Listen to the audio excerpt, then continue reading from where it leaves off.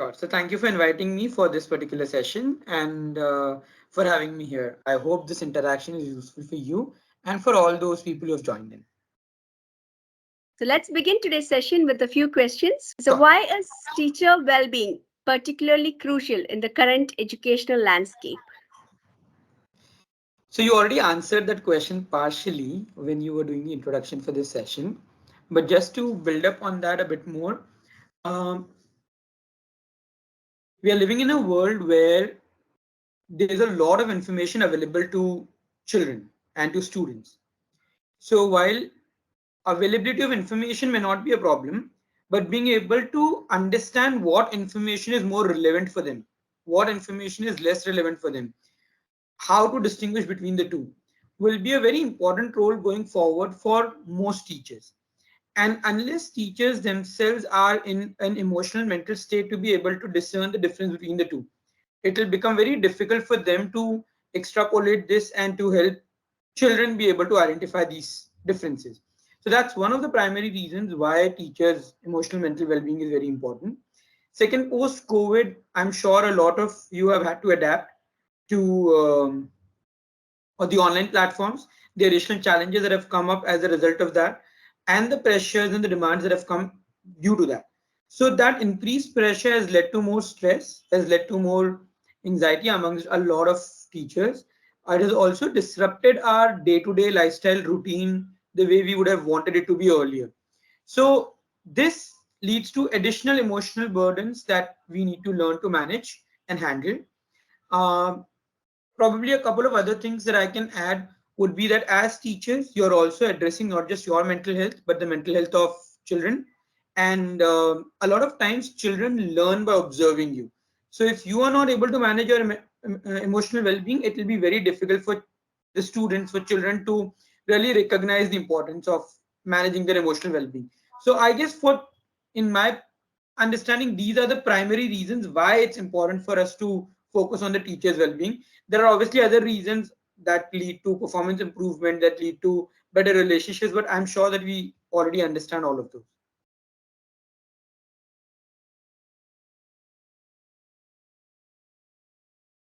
Okay. What are the prevalent indicators for teacher stress and burnout that educators should be vigilant about?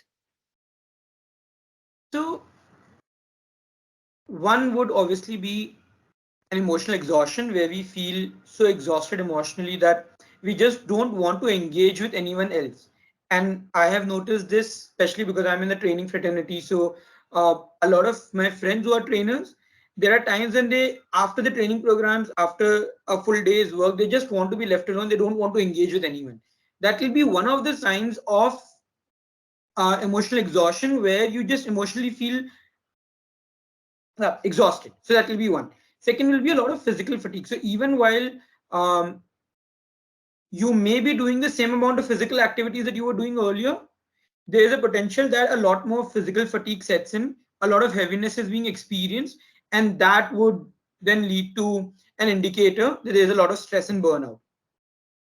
Um, Coming back to emotions, there is a tendency of more irritability, more hopelessness, and more frustration that seems to seep in when we are experiencing a greater degree of burnout. One of the examples will be where a very small thing which otherwise would not trigger you ends up triggering you. And that really uh, leads to additional consequences that you ideally would have preferred to avoid, but because of the irritation, it just happened the way it happened.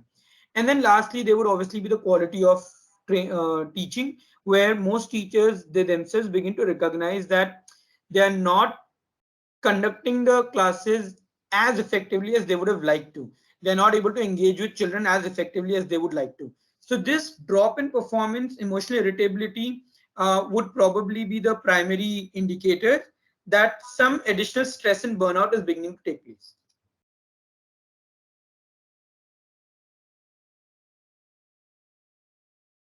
Could you provide guidance on effectively handling challenging student behaviors and classroom-related difficulties?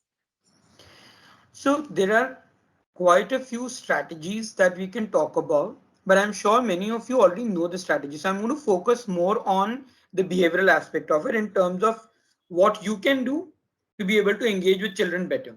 So one is children will learn more through observation and less through what you tell them. What I mean by this, if you see two children fighting with each other and you tell them don't get angry, that you need to learn to be coexist with each other, and then you get angry at the teacher or another teacher, or you get angry at the child. Now obviously the child is hearing something else but is observing something else, and the chances are they will end up depending on their observation a lot more than depending on what you're telling them, which basically means that as teachers we need to be able to learn to manage our thoughts and emotions well, to be able to manage children better. And that's what our focus is. Now I understand this is easier said than done. How do I keep myself calm when I see children not paying attention to me, or when I see children engaging in activities that ideally they should not engage in? What do I do to keep myself calm? We will come to that as we are going ahead in I'm sure in one of the questions, and I will address that. But primarily, this is where the focus has to be, rather than just looking at strategies that you can use with children. Focus for now on what I can do to be in the right emotional state so that I can execute those strategies better. If you have a question on this, please ask me in the chat box and I'll be more than happy to take them up. Um, I'm intentionally first focusing simply on the concepts, and then we will go into the techniques and strategies as we are going ahead. But if you have a question, please feel free to ask and I'll answer those. So, what strategies would you recommend for teachers to integrate into their daily routines to manage their thoughts, emotions, behaviors, and to prevent burnout? Okay. All right. So let's jump to strategies then in that case. Um, so let me ask you a question. And I'm going to take a question which is very simple, which almost all of us have experienced at some point in our life. Has it ever happened that you wanted to get up early in the morning? You've put an alarm, the alarm rings, but you put the alarm on snooze. And later on, you feel guilty about putting the alarm on snooze. Just let me know in the chat box if any of you have experienced this. And share with me what is the reason because of which you are not able to wake up in spite of the fact that you have put the alarm.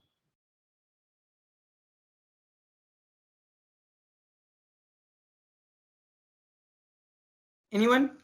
So, one You answer could is also tiredness.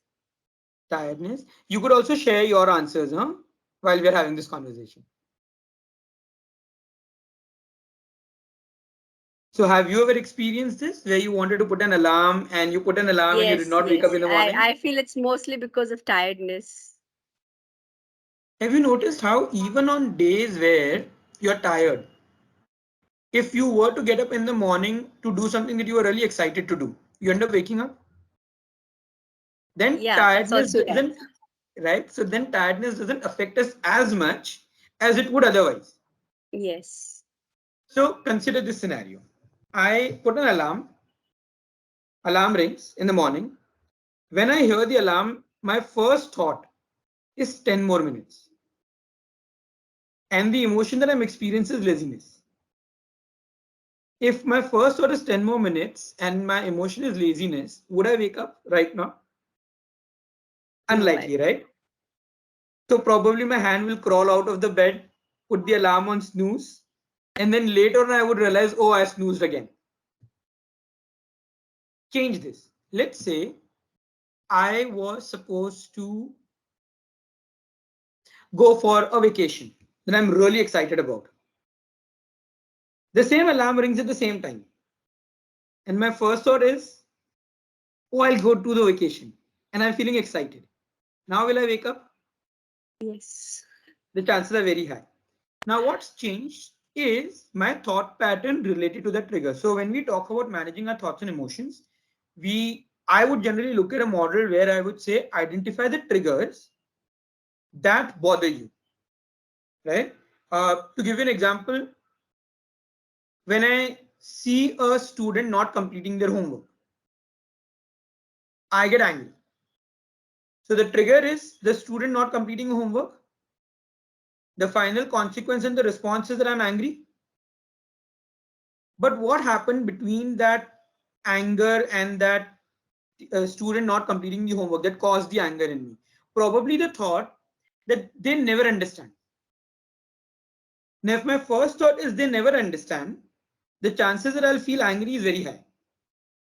But if I were to be able to replace this thought with something else, that makes me recognize that maybe the child has a reason. I don't know whether they have a reason or not, but they may have a reason.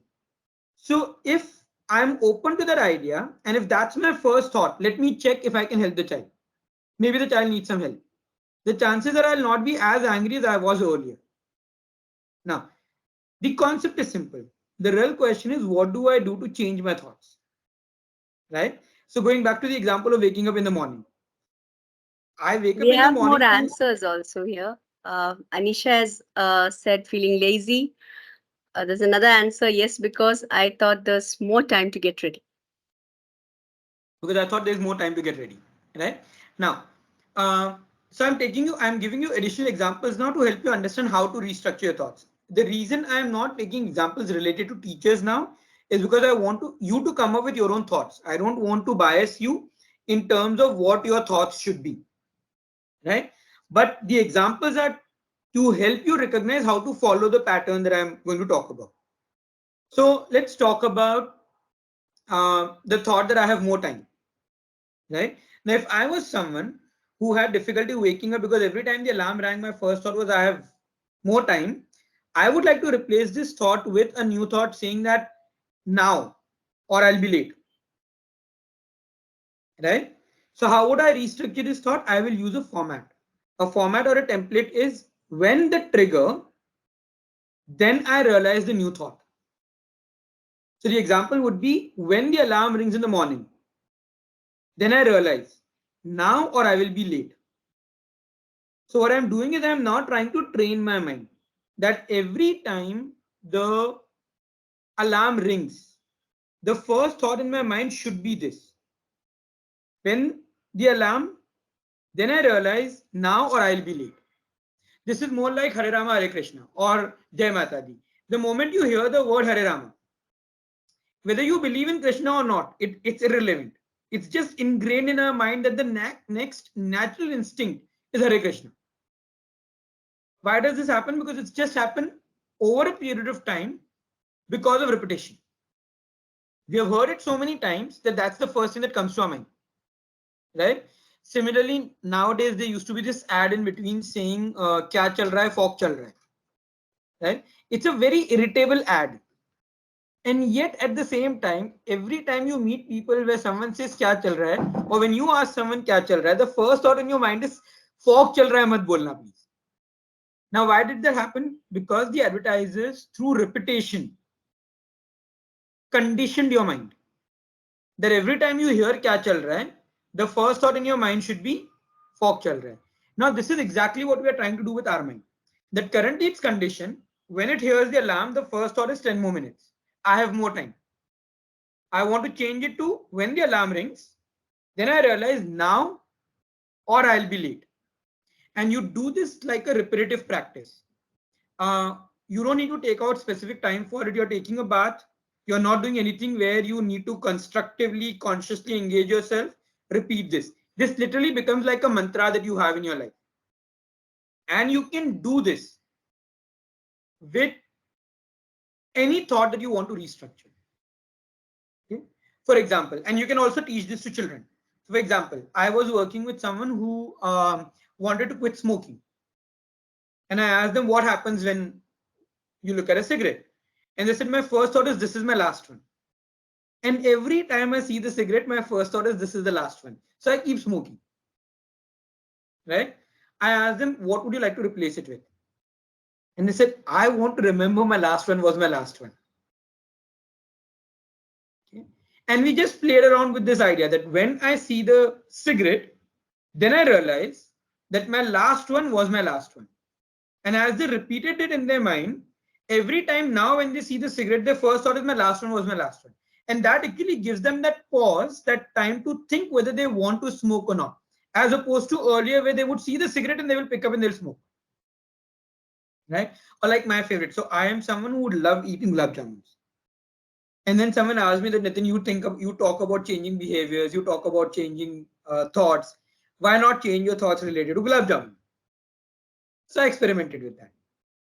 For me, the thought used to be when I would look at the gulab jamun, I would have this, it's very tasty. And then I would want to eat more. I changed the thought to every time I look at the gulab jamun, I realize the taste for the first bite and the 10th gulab jamun is the same.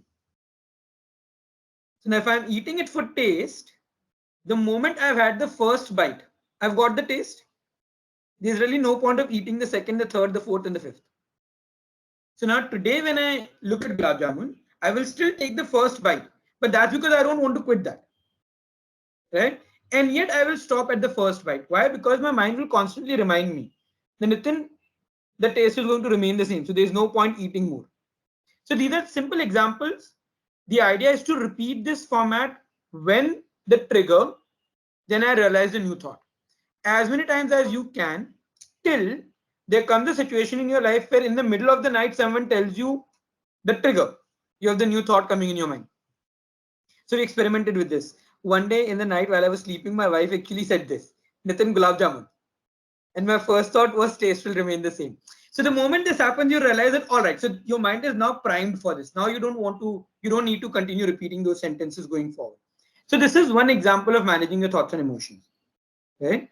Obviously, then there are mindfulness that you can use. You can use meditations, but when you're using meditations, please be careful. While we all talk about the benefits of meditation, meditations can also have its own side effects if you don't know what you're doing correctly. So just to give you a quick insight into this, when you are in an extremely negative state of mind, do not practice meditation which will require you to focus on your thoughts, because then you are allowing those thoughts to become a part of your psyche. Change the meditations to the ones where you are actually observing what's happening outside you. So go and hug a tree. Watch something that you're really engaged in. Read a good book that has a potential to take you into a meditative state. Right? So this will be one thing to keep in mind. But yeah, mindfulness, external focus of attention, meditation, when-then statement I've already spoken about. These are some really good strategies that you can follow. And just if you follow when-then statement, that itself is good enough. That will take you to a place where you're able to control your thoughts to a large extent or manage your thoughts to a large extent.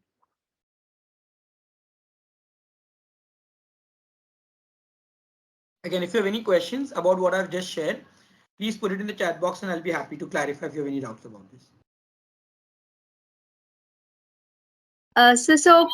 How can teachers initiate the practice of mindfulness to enhance their overall well-being? Okay, so while there are a lot of elaborate processes, I'm going to talk about something really simple that you can do as a part of your day-to-day life, right? Like everything else that we learn, mindfulness is a skill that you need to develop. The way to develop any skill is to do it repetitively. But what do we repeat to become mindful? So some really small things that I practice that I would recommend should help you as well. Every morning when you wake up, just before you put your feet on the floor, with your eyes closed, observe your breath 3 rounds. Like literally observe your breath coming in and going out. That's about it. And after the 3 deep breaths, when you put your feet on the floor, notice the touch of the floor on your feet. Is the floor warm? Is it cold? Are there certain sensations that you can notice on your feet? That's it. Then when you're about to have lunch, just before you eat, close your eyes again, take 3 deep breaths, observe your breath. And the first bite that you put in your mouth, see if you can notice the taste in that bite. Can you notice the salt? Then can you notice the texture of the food that you're eating? Can you notice the different ingredients that are there? Just do it for the first bite. And then when you go off to sleep in the night, before you sleep, observe your breath again. Once you lie down on the bed, feel what the bed feels like on your back. Notice the sensation that you can notice on your back. That's about it. Do this for a few weeks and you will realize that your mind automatically starts recognizing the importance of paying more attention for being in the present. See, the challenge with mindfulness at times is that we try to do too much. And when we try to become mindful of too many things, it's overwhelming. And then the mind is like, if I was not mindful, that was better. But when you help the mind recognize the importance of mindfulness simply through small day-to-day activities that you would be doing any which ways, without having to do anything extra, you will realize that the mind starts expanding that awareness to other areas. It's like when you learn to drive a car, right? You learn to drive one car, two cars, three different varieties of cars, and then after that, the mind knows how to extrapolate that learning to all kinds of cars.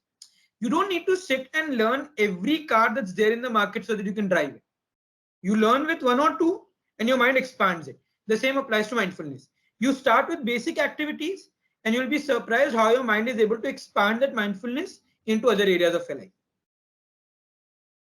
This sounds simple, but this is probably one of the most effective ways in which you can incorporate mindfulness in your day-to-day life.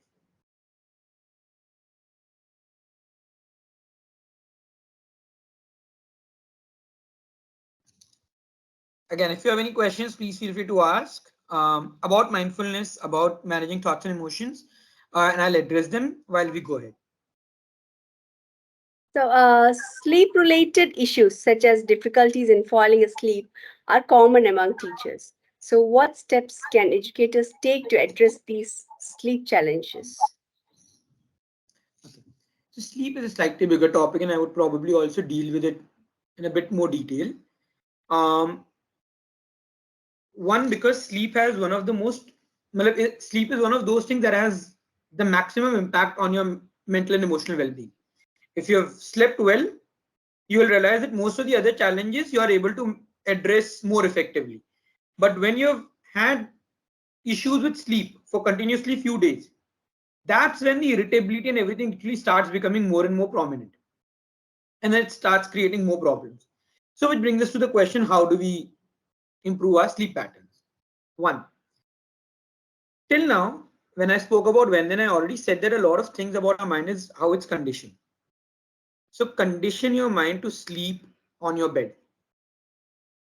If you have difficulty sleeping, do not use your bed for anything else except for sleeping. You will not watch TV while you're on the bed. You will not work on your laptop while you're on your bed. You will not scroll your phone while you're on your bed. Because when you do all of these things, the mind does not know what is the purpose of that bed. And because the mind is confused, it can't create that sleepiness as soon as it needs to. Right? But if you're using the bed only for sleeping, then your mind starts creating a strong association with that bed. It's again similar to Hare Rama, Hare Krishna. You hear Hare Rama, you know Hare Krishna. Why? Because it's conditioned in your system. So rather than conditioning something through thought, we are now talking about conditioning it through behavior. Right? Some of the teachers will recognize this. There are times when certain teachers find it very difficult to manage classrooms, and there are other teachers who will go into the class. They will just do a sign, something like this, and the entire class goes quiet. So why is it that with that teacher, just this one action makes the entire class go quiet and other teachers are not able to manage the same class? Because over a period of time, students have recognized if we don't pay attention to this, what follows is actually worse. So we may as well pay attention to this. So there is a condition that's developed, right? It's the same thing that we are doing with our mind. So one is this: when you use the bed, especially if you have difficulty sleeping, please use bed only for sleeping. Now, if you're living in a city like Bombay where space is a constraint and you may not be able to have different place for doing different things, then use at least a different pillow where you use one pillow for doing everything else that you're going to do on that bed and another pillow for sleeping. Again, there's something that's giving your mind an indicator that now it's time to sleep, that now you want to create sleepiness. Right? I hope this is clear till here. I see a hand raised. If you have a question, please ask before I go ahead, because there are other strategies for sleep that I would like to talk about.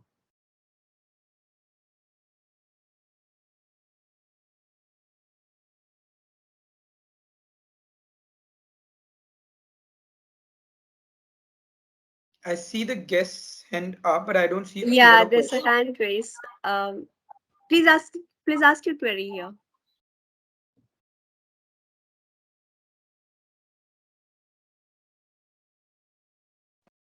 Okay, so you can put it in the chat box and I'll take it up as you're going ahead. But please feel free to ask your questions.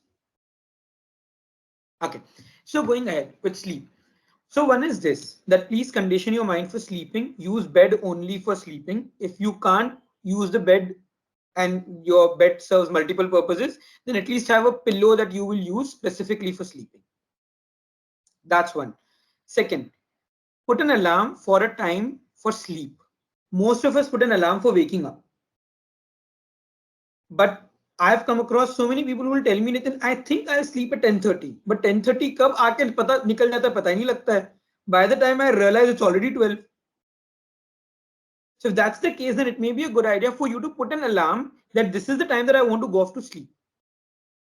It may sound silly, but you'll be surprised how important and effective can it be. Next is where certain people would, so at least the people that I've worked with have told me that, Nitin, there are times when we go to the bed. At 10:30, we are on the bed. But there's so much of sound in my environment. Uh, my husband or my wife is working on their laptop, so there's light. There's construction going on outside my house, so there's sound. I'm just not able to sleep because of any of these. Now, whenever you have environmental factors like these, come up with effective strategies to manage them. For example, if your partner is working on laptop and there's light, you can always use a eye mask, right? These are really simple things that we don't recognize. If there's a construction happening outside, we can use a noise cancellation bud, right? Again, these are so basic things that we don't even, it doesn't even come into our head. So make a mental note of these small strategies that you can follow. But let's say that none of this is an issue. I go to the bed, I lie down, I close my eyes, but I just don't feel sleepy. I'm on my bed for hours before I go off to sleep. Now what do I do? This has nothing to do with the external environment. So these are the two strategies that I follow. But before that, why are we not able to sleep when we are on the bed? One, because our mind has a tendency to keep jumping around. So I close my eyes, then I think about what I've done in the day. That reminds me of something else. That reminds me of something else. That reminds me of something else. And by the time I realize I'm in some other world altogether. Right? All of that is then because there's a lot of focus on what I'm doing. I start feeling anxious. I start feeling worried. That further affects my sleep. So if you notice, the people who are able to sleep easiest are the people who don't try to sleep. People will tell you, I go on the bed, I close my eyes, I sleep. The ones who try really hard to sleep are the ones who find it difficult to sleep. Why? Because sleeping is a passive activity. And this is one of the things that a lot of us don't realize. When you say, I'm trying hard to sleep, what you're really saying is, I'm actively making an effort to become passive. There's a contradiction over there. I can't try hard to be passive. So one, you have to do something which will not require active involvement. What would that be? So here are a couple of strategies that I would suggest. When you go on the bed, lie down, bring your awareness to your breath, and with every breath, when you inhale, count 1. And when you exhale, count 2. That's it. So what's happening is, because your mind is focusing on the breath, it is not jumping around on other thoughts that you may have in your life. So it's more focused, it's more centered. Second, because you're counting 1 2 1 2, it's an extremely boring activity. And boredom is probably the most powerful sleep inducers. I'm sure you have experienced that in your life, that when you feel bored, sleepiness is just the next step after that. What if when you're doing 1 2 1 2, your thoughts drift off to something else? If they do, that's okay. Whenever you become aware of it, come back to 1 2 1 2 and keep observing your breath. It's very similar to what people would earlier say about counting sheep and counting backwards from 100 down to 0. The difference is when you count from 100 down to 0, it's almost like the objective is to reach 0. So in the middle at around 70, when you would lose track of the sheep and the numbers, you will drift off in your thoughts. And then when you would remember again, you will feel very frustrated. I don't know which number I was on. So I have to start from 100 again. And that would actually create more pressure and more frustration. With 1 to 1 to, the advantage is you will always be breathing. But if you are not breathing, none of this what we discuss is of any use. So breath is not going anywhere. And because you're only focusing on two numbers, inhale with 1, exhale with 2. Whenever you lose track, once you come back, you just have to remember those two numbers. 1, 2, 1, 2. Again, sounds very simple, but very effective. So try doing this in the next couple of days. You'll be surprised how effectively you fall off to sleep. And more importantly, the quality of sleep is actually even better. So a lot of those people who feel that I sleep, but I get up in the middle of the night and then I'm not able to sleep. This is again a strategy that all of you can use. Right? Lastly, this is a strategy that I use it myself because 1 to 1 to for me becomes too boring. And I would like myself to be more entertained while I'm going through the sleep process. So what I do is slightly different. While I'm on the bed, I would actually actively decide what to imagine to begin with. But the imagination would have a lot of passive component on it. For example, I would imagine myself in on a road surrounded by gardens on both sides. That's the first active imagination that I would create. And then I would tell myself I would like to go ahead and walk in this garden to explore what's there in the garden.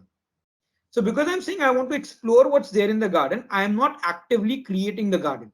I'm simply observing what's there. And that observation eventually will take me into a sleep state.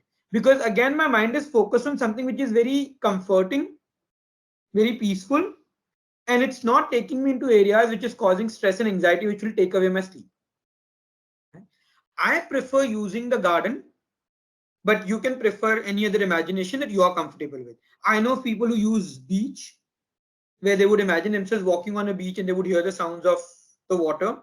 I know of people who imagine themselves on a mountain. So whatever imagination works for you, but an imagination that you feel completely safe and comfortable with, right? Imagine that and then allow yourself to just explore.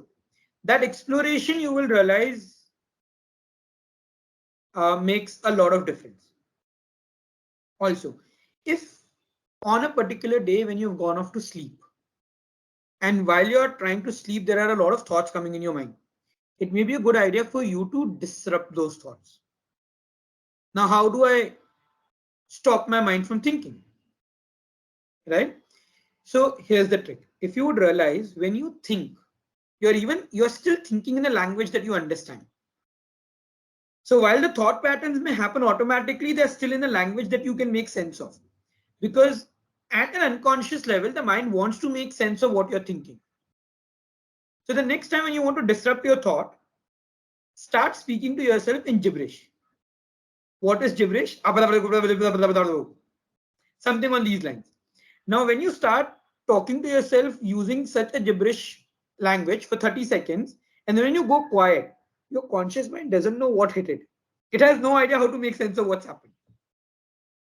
And because it's not able to make sense of what's happened, you will actually notice a sense of silence because your mind is trying to understand what to do next with this. That silence gives you the pause to bring your awareness to your breath. And then once you're able to bring your awareness to your breath during that silence, you will notice that the thoughts are more controlled. They don't run around the way they were running around earlier. Right? Again, the strategies that I'm talking about, I know are very simple. They may sound too simple to be effective, but their beauty actually lies in the fact that they are so simple and that you can practice them anytime and anywhere. Obviously, you can't speak in gibberish loudly anytime, anywhere. People around you will get scandalized. But whenever you're by yourself, you can at least do that. That was really These are interesting. some of the strategies. I hope this is clear. If you have a follow-up question on any of these strategies, please feel free to ask. Yes, sir. Now, we would like to know, like, in what ways school leadership can actively contribute to fostering and promote the well-being of teachers within their institutions? So, couple of things. Okay, so I'm going to go from basics to certain additional things. So some of the basic things will be having a very clear set of guidelines that teachers have to follow, ensuring that teachers are not asked to work overtime, so that they are also able to balance between their work and their careers. Sorry, their work and their house, right? Is a good starting point. Um, Being able to recognize that teachers may have their own emotional challenges and probably making help available for teachers. So, for example, in a lot of schools now, there are school counselors who are actually there for benefit of the children, right? But none of us are really focusing on the mental health of the teachers, who also may need certain support and certain help, and not in terms of them having a problem, but just simply in terms of them being able to manage a, a high uh, degree of emotional well-being, right? So that will be the next one, where having a set of guidelines, rules that are easy to follow, easy to understand, uh, adhering to time frames in terms of when teachers should complete their work and move out of the school. They should not be carrying their work home, would be another one. um, I do understand that some of them may be difficult to implement, right? But I'm still clarifying, because even if they're very difficult to implement, they may be strategies that we are aiming for, that we are striving for. Next is having school counselors who are focused on teachers. Programs like these, right, where I know of schools now who are actively conducting emotional well-being programs for teachers. They can be very handy. Now, what we are doing is very basic, right?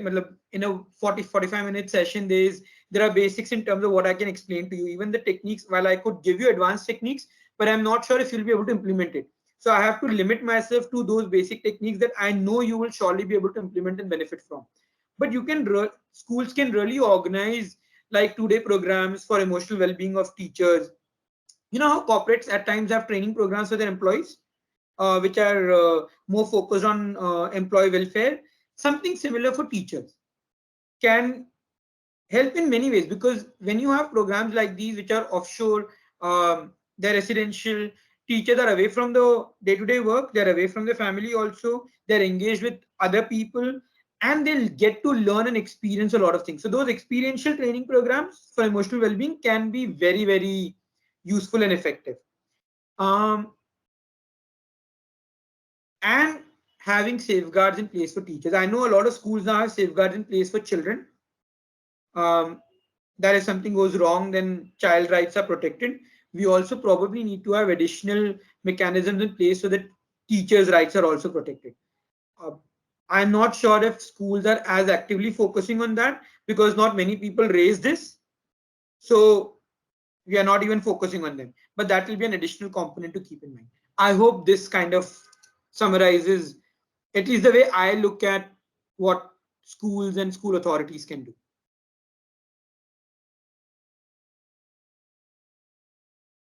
So, can you brief on um, ICHAR? Okay. So ICHARS or ICHARS basically has two wings to it, and we are launching a third wing soon right now.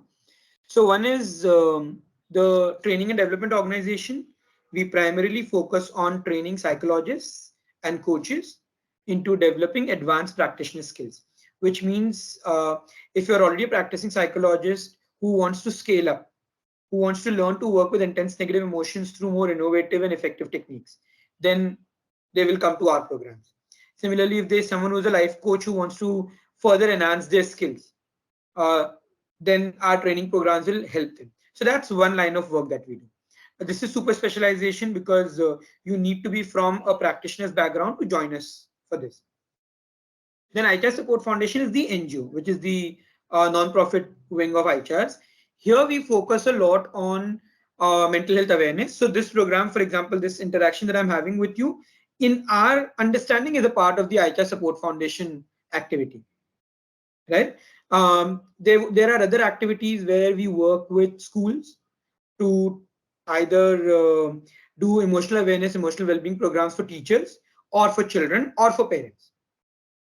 We also work with other NGOs where we train the staff of the NGOs to act as a mental health advocate for their beneficiaries. Which basic so the reason we do this is because earlier when we were connected with other NGOs, for example, we were working with an NGO from an old age home where you had a lot of old beneficiaries. They needed support for mental and emotional well-being. They would request psychologists to come for those sessions. Now, because NGOs find it difficult to afford, eventually they would want the psychologist to do all of this free. But psychologists, this is their bread and butter. So how much they can do this for free, right? So we were looking at a middle ground where we could actually help the NGOs not depend on psychologists for at least the day-to-day activities. So we train the staff of the NGOs so that basic issues like sleep, like stress, like loneliness, things which are a part of their day-to-day utterances, they should be able to manage that for their beneficiaries. And then only for more intense issues would they connect with psychologists, and then we can support psychologists and send psychologists for that. So those are another programs. So these and there are other variety of programs that we do under ICHARS Support Foundation. And soon we are now launching a mobile app for mental health and well-being, which will be the third wing, which will get launched probably in the next month by January 1st.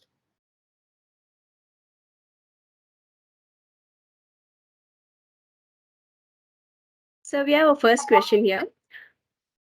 What strategies can teachers use to stay motivated and inspired in their teaching careers, even when facing challenges or setbacks? So, like I said, primarily the simplest way to do that is using when-then statements and by ensuring that you're able to incorporate mindfulness and proper sleep patterns. If you take care of these three things, you'll realize that your ability to manage difficult situations improves dramatically. Uh, while I can tell you about self-love, self-compassion, but eventually the question will bring you back to the same thing. So, all right, I know I need to be compassionate towards myself. How do I remain compassionate towards myself? क्योंकि जब compassionate होना चाहिए वो याद नहीं आता है, और जब याद आता है वो compassion का time निकल गया होता है. So, which brings you back to the when-then statement. So, every place where you need to remind yourself to be kind to yourself, create that statement of when-then. And that actually becomes your primary tool to act as a reminder for all the positive things that you want to do for yourself.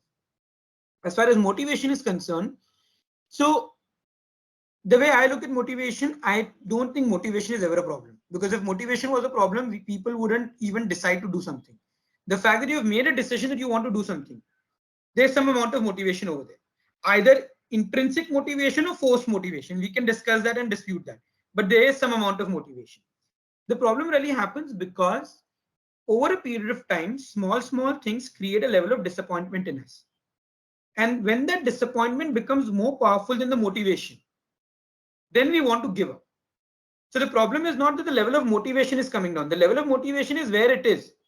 Our level of disappointment is keeps going up and up and up. And it's that increase in the degree of disappointment and our inability to handle the disappointment that negatively impacts our ability to do certain things, which would then mean a couple of things.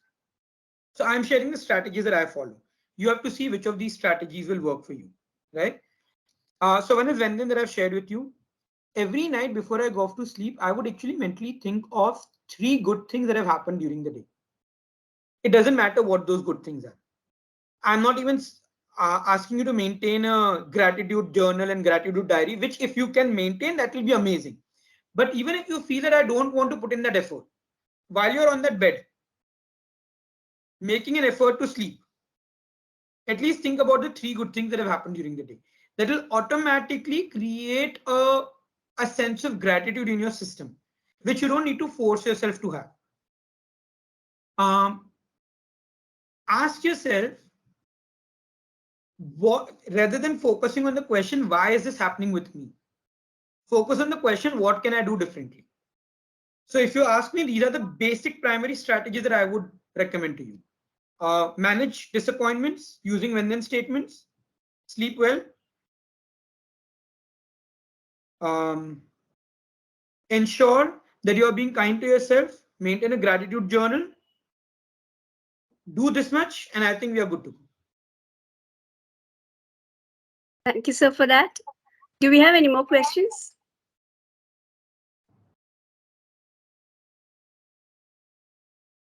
So Sleep well. how Now can we don't. Sorry, just a second. Sleep well. We don't recognize the importance of sleep many a times, but it's probably one thing that stands between you living a relatively comfortable life emotionally and mentally, and an uncomfortable life. And you may not recognize its importance in the short run, but in the long run, sleep becomes the primary cause for a lot of psychosomatic aches, pains, and challenges. So, sir, so how many hours do you recommend, like for adults and for kids? so originally it was believed that we all need 8 hours of sleep. To be fair, that's not necessarily true because that number depends a lot on what else you're doing during the day. For example, if you are engaged in some amount of yoga or meditation or relaxation activity, you will realize that your need for sleep reduces dramatically because the purpose that sleep is serving in your life, which is to help your mind process information, to help your mind relax, is also actually being taken care of when you're meditating, when you're doing yoga, when you're doing relaxation, when you're using self hypnosis or any of the related processes, right? So, what would that exact time be will depend on what works for you. This is my suggestion. If you're not sure what is the right sleep time for you, start by sleeping 8 hours for a week. Then in the next week, sleep for 7 hours. And in the next week, sleep for 6 hours. Between the three, you'll automatically realize there is one place where you realize it's an optimum sleep. It's neither making you too lethargic when you wake up because you've overslept, nor is it giving you a feeling that you have underslept. Right? So that would be a strategy that I would recommend. Between 6 to 8 hours, it can change from people to people, but that's probably the easiest way. Also, if you are meditating, if you are, like I said, doing yoga and all of this, then probably your need for sleep may be slightly lesser.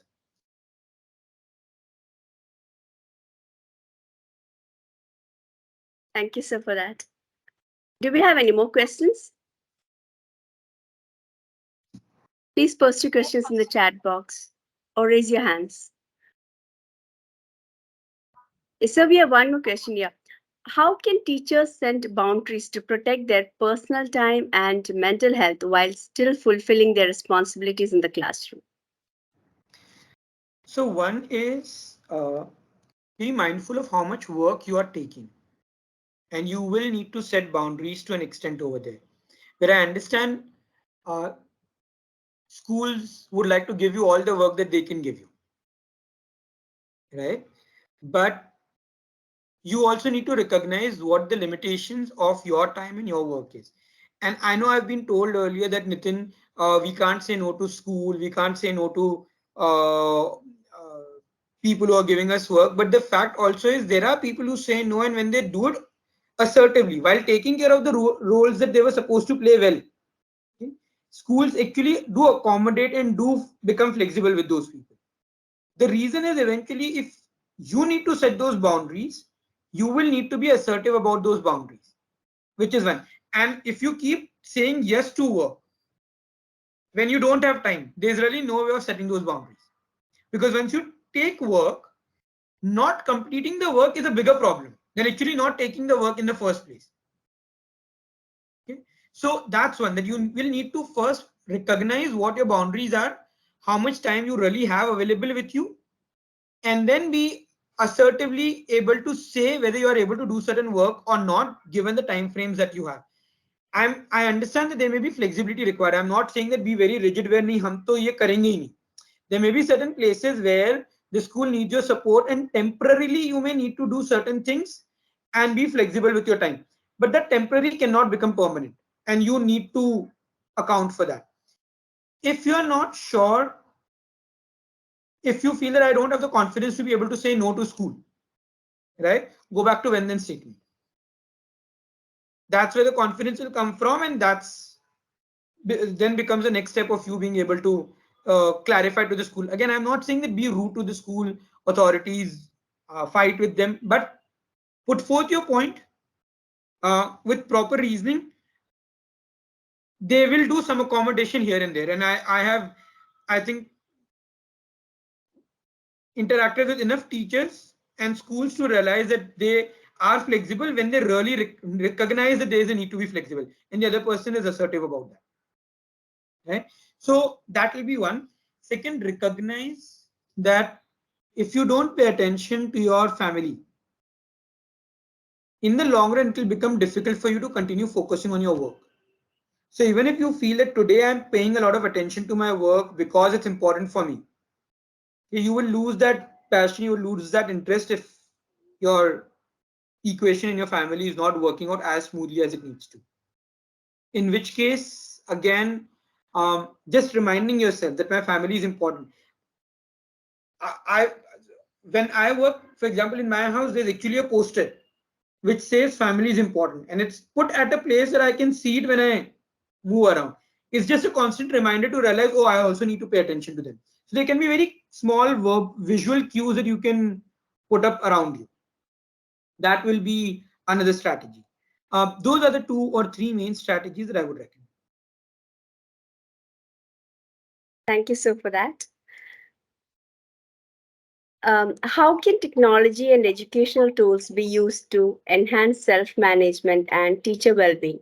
And what are some best practices in this regard? So as far as technology is concerned, it's both.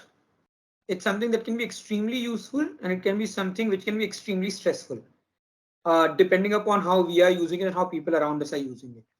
So one is research on tools that are available for online learning. There are a lot of tools available. For example, while we are using Microsoft Team right now, I started exploring a platform called Sessions. Uh, it's just incredible in terms of what all you can do on that platform when you are conducting a training program, taking a class, and so on. The kind of engagement that you can drive on that. So that's one. Continue researching and exploring tools, and especially because of AI now, the world is moving so quickly in a direction where a lot of those tasks that you required hours to do can be done quickly. So, for example, for me, I am someone who's really comfortable talking and explaining things to people. But making notes takes an X amount of time and it just takes too long. Now, what I would do is simply when I have to, so when I'm working on a book, for example, I would sit with someone, explain a concept, record the session, transfer it to an AI software which will transcribe the entire thing for me and will give me a summary of the key points that I've discussed. This would have probably taken me hours earlier, but now is done by a software effortlessly. You can have a lot of additional tools like I think Meet, Zoom, all of these platforms have polls, they have emojis, so you can engage with people using these things. You can use technology now for research purposes. Uh, the advent of ChatGPT, or at least the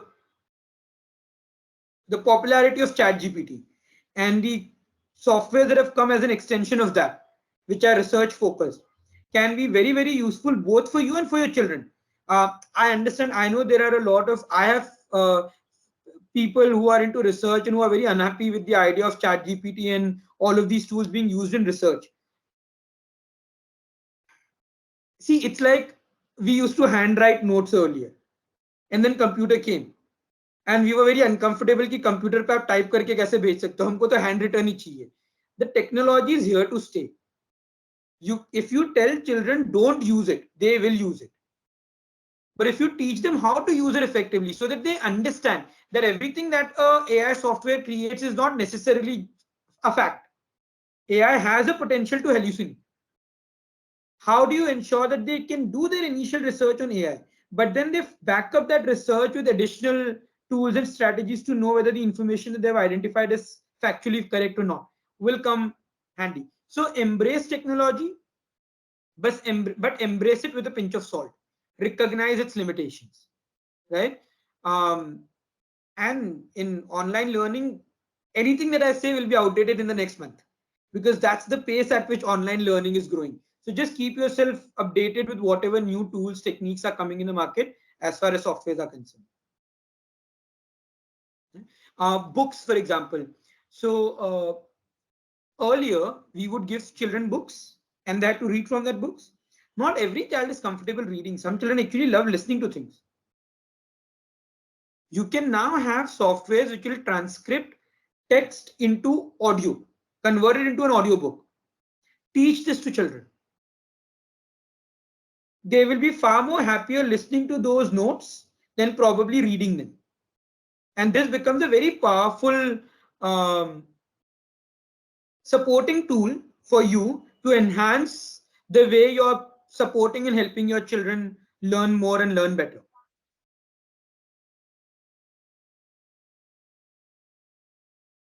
Thank you, sir, for that.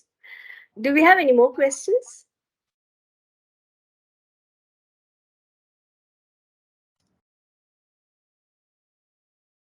AI as a field is really quickly evolving. Technology in online education will be remarkable in the coming months. Sir, can you give us strategies for teachers to avoid burnout? So we'll go back to a lot of what we've discussed: meditation, mindfulness, vision statements, being assertive, being able to manage your time. If you're not able to manage your time, probably journal your schedule for a week or so.